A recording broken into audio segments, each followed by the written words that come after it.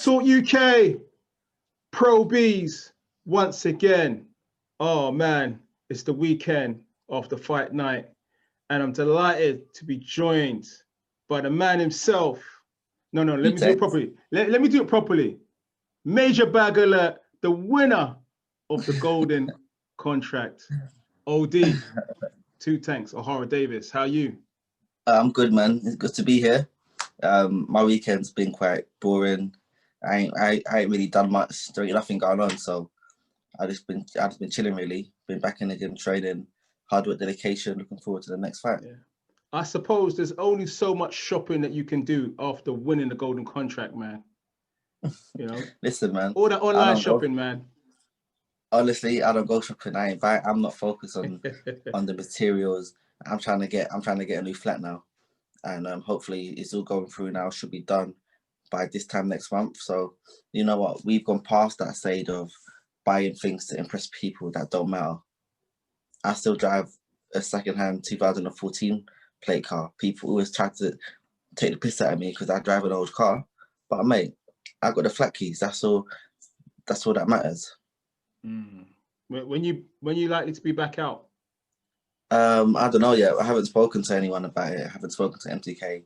I'm just enjoying my time off, enjoying my time in the gym, enjoying learning, perfecting my craft, getting better.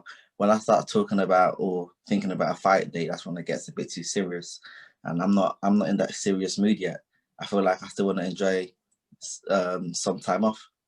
You know, yep. I just won a massive tournament, the golden contract. Come on, I feel like I deserve at least a few. I feel like I deserve at least a few months off. Yeah, the golden contract, man. It's not. Has it hit you yet? You know that you won that big tournament, and that only the past few weeks. No, the past few days actually. The past few days I've been like sat at home because I've been at home a lot, reflecting on what I've done and how I've changed my whole life from where I was 10 years ago. I mean, I was sitting in Crown Court, Class A drugs. They was looking at doing me for a certain attempted murder charge. It could have been, but I'm free. I never went in jail, and not only did I turn my life around, I turned it around in a major way. I'm a pro athlete, invested into property. Come on. Like, I've been reflecting on my whole life, and I'm just like, wow, like, I've actually done a bit, because sometimes you get so caught up going in the motion of things, you don't get time to sit back and to look at what you've actually done. And even though I haven't done everything, I've come a long way from where I come from. Yeah.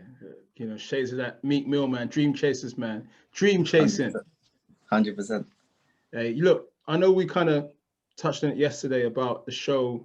I know we both kind of watched from different places, but we got to run through what transpired on the Matchroom show last night. Firstly, Richard Latte and Fabio Wardley. Fabio Wardley showing that he's a force to be reckoned with. You know what? I've never seen Fabio Wardley properly until last night. Only thing I've seen of him is when there's a certain meme of him of when he's in a corner and he's asking his coach if they can go out to five guys after the fight. Don't know if you've seen that. Yeah. So as far as I know about Fabio Wardley, he's a bit of a joker. He likes having a laugh. Because all I've seen of him is that meme. I never took him seriously. Yeah, I know he's got a good boxing record on BoxRec, but I've never seen him fight, so I never took him seriously. But Richard Latte, I've seen him fight. He fought Daniel Dubois. He put on a great fight. Nathan Gorman, he put on a great fight. And I had a bet on a fight with him and Fabio Wardley, was for that fight to go over 6 rounds, was to reach round 6. And I was like, mate, this bet's going to 100% come through, because Fabio Wardley, I don't know much about him, but I know much about Richard Latte, and he ain't no bum. But how Fabio Wardley dealt with him, he used the first round just to work him out. After round 1, I was thinking this fight could be a bit even. This fight could be a bit close. Richard Latte could actually win the fight. But I didn't know that Fabio Wardley was just working him out. And bang, as soon as he saw that right opportunity in round 2, left hook, right hook, finish him. I'm like, man, that's class, man. Class. Yeah, again, you don't see that happening to Richard Latte. I mean, you said it. I mean, Daniel Dubois You know, went hell and fire with Richard Lartey. Richard Lartey really showed what he was about in that fight. And for Fabio Wardley just to do that, yeah, wow. Dillian he's a good White's got fighter. someone on his books. He's got a prospect on his books, definitely. Who's he signed to? Dillian White, managed by Oh, Dillian really? White. Wow, that's big. Yeah, that's big, man. I'm gonna be watching his fights from now on. Anytime that he's got a fight on, I'm gonna be watching it because I want to see something like that again. Definitely, man. It's looking promising for Fabio Wardley. We've got to talk about another fight that I was really interested in was Alan Babbage versus Tom Little. Two good guys. I like both guys. And I was saying to Craig Richards on the live that we did last night that all the guys have to fight each other now. And it's quite awkward, you know. The guys that you're cool with, they have to fight each other. But there can only be one winner, and that was Alan Babbage. When he fought Tom Little, I remember watching a fight, and I've seen Tom Little fight in the past. He fought Daniel Dubois again, and he didn't put up a great fight, but he put on a half decent fight. Daniel Dubois couldn't brush him off like he's on bum. He had to really give it a go. And for this shape, Tom Little looked in even better shape. He looked in the best shape of his boxing career so far. Mentally, he was in the right place. I was watching a few interviews, so I was like, you know what, this fight's gonna go at least 4 rounds. I remember putting a bet down. But this fight's going to go out at least 4 rounds. You know, Tom Little's a smart fighter, a lot more experienced than what Alan Babbage is. Babbage has been in the pro games, only had about 6 fights or so. He ain't that experienced, but Tom Little's got so much experience on him. I didn't think Tom Little would win, but I thought Tom Little was actually going to put up a half decent fight. And when Babbage come out at that pace in round 1 and round 2, I was like, mate, like, he's doing a bit too much. He's doing a bit too much. He ain't going to be able to keep up that same fighting pace, but he kept it up throughout the whole fight. And if that fight went the whole 10 rounds, I believe he would. I actually believe he could have kept up that pace for the whole 10 rounds. I was like, this guy is mad. This guy's an angry fighter. He ain't care about no skill, no technique, no footwork. He don't care about any of that shit. He just wants to hurt you. And it don't matter what level he gets to, he's always going to be an exciting fighter to watch. Always. I'm always going to watch his fights if he fights like that. How far that fighting style can take him, I don't know. But however far it does take him, I'm going to be watching every step of the way. Yeah, I mean, look, a lot of people were saying that they know what's going to happen with Alan Babbage. You know, I think the general public now, we know what to expect. But sometimes, to be fair, you know what to expect, but you just can't stop it. And it was like, wow. Yeah. I feel like everyone that fights him, everyone that's going to be coming out to fight him, they know what to expect. Everyone knows he's just going to come on full steam rolling from the first bell. But knowing what his game plan is and knowing how to stop that game plan are 2 different things. You can't stop it. The only way to fight him is you have to fight him. You have to fight him. The guy can hit hard as well. The guy can hit. And he ain't going to slow down. He ain't slowing down. So I think he'll get quite far with that fighting style. And he's always going to be a fan favourite because unlike me, I fight a few boring fights at times. His fights are never boring. So he'll get far in the game. Yeah. And I like, Alan Babbage's whole attitude where I asked him about his nutrition. He says, look, bro, I don't care about those things, man. I eat what I want. He told me I had stuffed crust and pizza only 2 weeks ago while I was in camp. Man. I love his mindset. I love his mindset. He's a character. That's what boxing needs. Boxing needs characters like him because that's what sells shows. 100, man.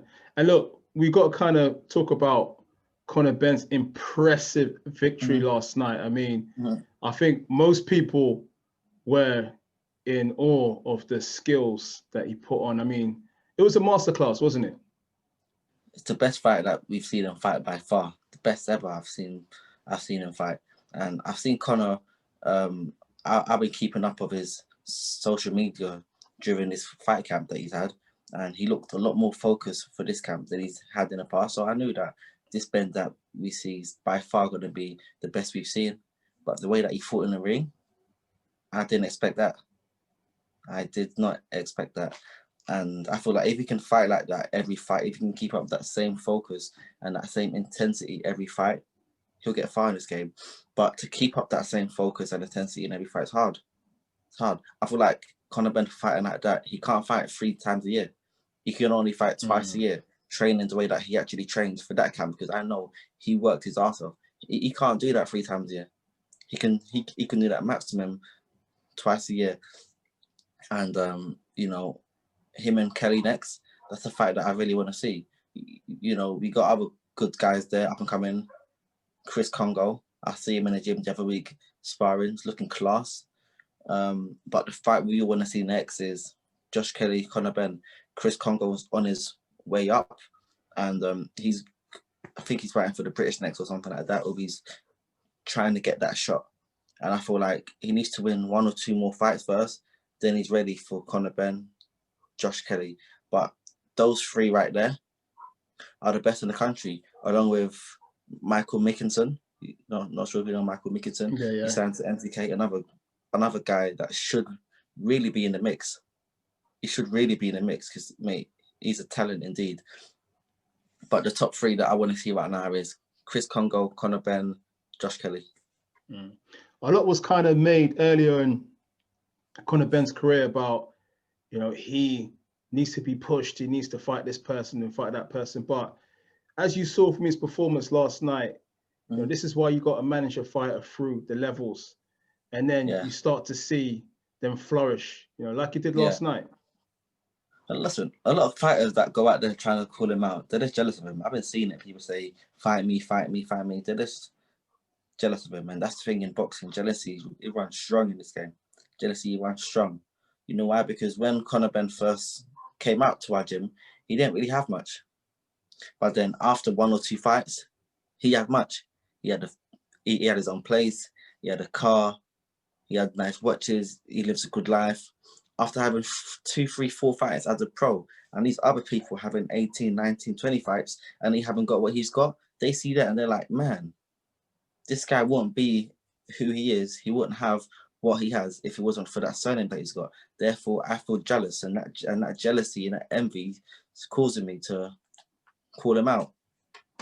You know what I mean? I feel like Conor has been managed like the right way, taking the right fights at the right time.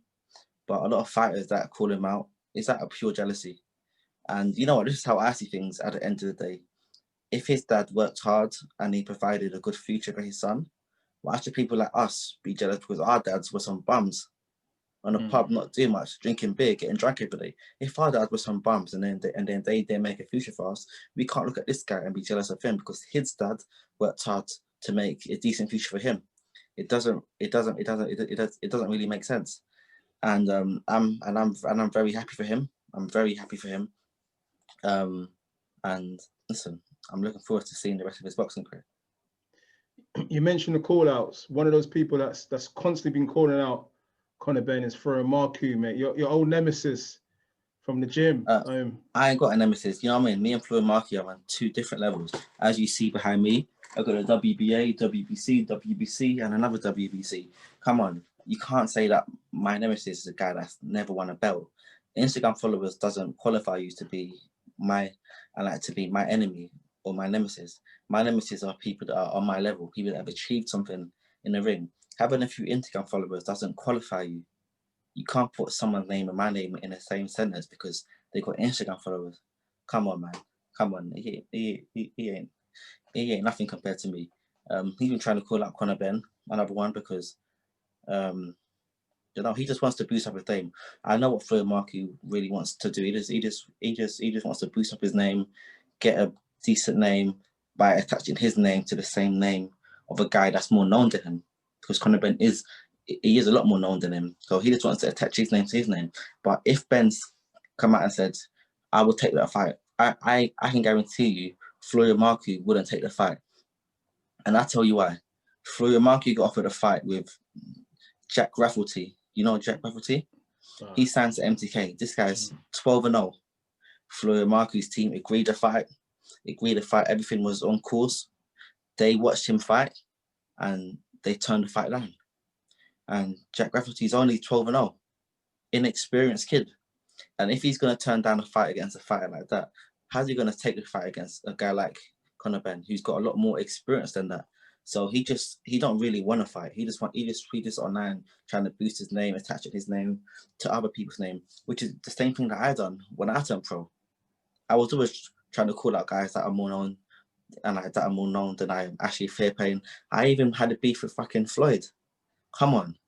How can I be Floyd? And you said, I've done that. I want your guy, Javonta. I've done that. It's all about social media, understanding how to boost your social media presence, understanding how to get fans, and understanding what to do. And that's what Marku, he's quite good at all that social media stuff. So that's why he's been online trying to call out Conor Benn. But when he fought in his last fight, he fought against a journeyman that lost a lot more fights than he's won. You can't call out Conor Benn if you're still fighting journeyman. You need to fight someone that's at least got a decent winning record before you try to call out guys that are on world level. I was saying to somebody else the other day that, you know, Josh Kelly, Chris Congo, Conor Benn, there really isn't a rush when you talk about world honors, because at the top of the tree, we got Errol Spence Jr., Terence Crawford, Keith Thurman, Sean Porter, the list goes on. I mean, these guys are world-class fighters, but they're all post-30. So what is the rush when you're talking about these guys going on to world honors? Listen, ain't no rush, but as a fighter, that's what everyone wants. And I tell you right now, Conor Benn, Kelly, Congo, they all want their name to be ranked among their names. They're not afraid of Thurman, Crawford, Porter, all these guys that's on a world level. They're not afraid of them. They want their names to be ranked amongst their names. I tell you what Benn wants. Benn wants, when you mention Thurman's name, you put Benn's name in the same sentence. When you mention Crawford's name, you put Benn's name in the same sentence. And that's what they want. So even though you're saying there ain't no rush, that's what you're saying as a boxing fan. But as a boxer, you got a totally different mindset. There is a rush. They want those belts now. They want all the glory and the money now. That's what they want, I guarantee. I did ask Conor, just to conclude, if he thought that he was the man at 147 pounds to kind of take on the torch now being passed by Amir Khan and Kell Brook. Do you believe that's the case? He said it was, but do you believe that's the case? I believe so. I believe for them all. They're all fighting for that spot. It's not only Benn. Benn's at the top of the tree right now. Being known wise, on paper wise, but talent wise, I don't know. We have to see. All those three have all got to fight each other so we can see who comes out on top. But you know what? I feel like it's a good time for boxing. It's a very good time for boxing. All right, man. We've got to thank the man himself. OD, where's the briefcase, man? The golden contract. Where's the briefcase, man? The silver briefcase, man. Come and see, man. Come and see. You're moving like Ted DiBiase from WWE, man, when he had the briefcase, man, and the $1 million belt.